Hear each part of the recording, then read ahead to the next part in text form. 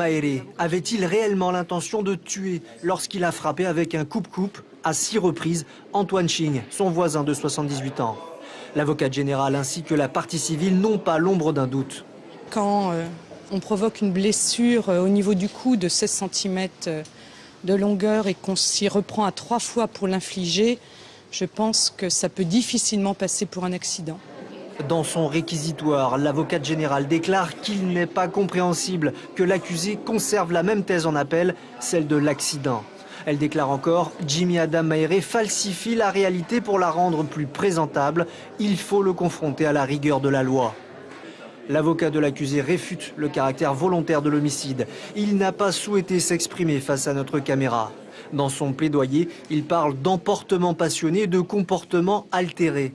Son client n'est pas un criminel né, il n'a pas assassiné, puisque cela suppose un projet calculé avec froideur. Il demande au juré d'alléger sa peine d'emprisonnement.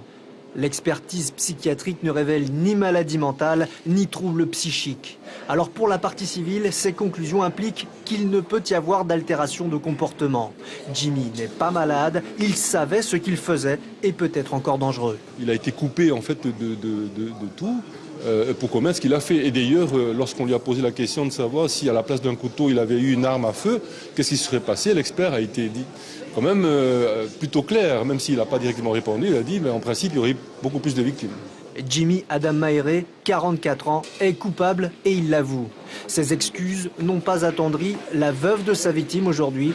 La famille espère qu'il restera longtemps derrière les barreaux.